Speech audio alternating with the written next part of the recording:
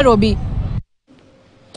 Gavana wa kaunti ya Kajiado Joseph Lelenko na mbunge wa Kajiado ya Kusini Samuel Parashina wamekosoa uchaguzi uliofanyika viongozi wa shirika la Imbirikani wiki iliyopita.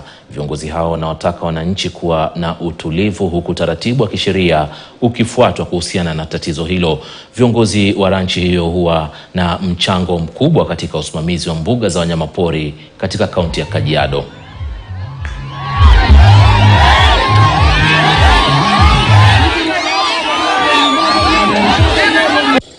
Tumekuja kama viongozi wa Kajiado kuwaeleza watu wa Imbirikani kwamba hiyo court order ndio inafuatwa, kwa sababu kama taifa la Kenya sisi ni watu wa kufuata sheria.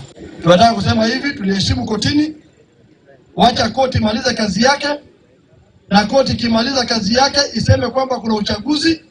Nataka niwaambie watu wa Imbirikani, koti kimaliza na maamuzi ifanywe, hakuna mtu anawanyima haki yenu na hakuna mtu anawanyima uchaguzi, lakini mambo ya kuja na mlango ya nyuma hii haitafanyika. Uchaguzi fake, walipeana certificate bure ambayo ni photocopy. Watu wangu hawakuja kwa sababu kuna court order imetolewa, na sisi tunaheshimu koti.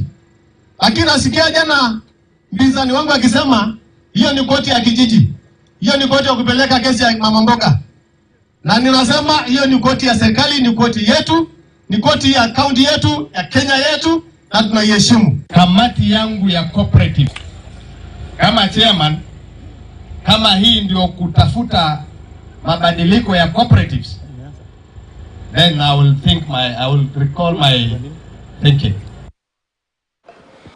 Na waziri wa uchukuzi Kipchumba Murkomen amesema kuwa kuzeeka kwa miundo msingi katika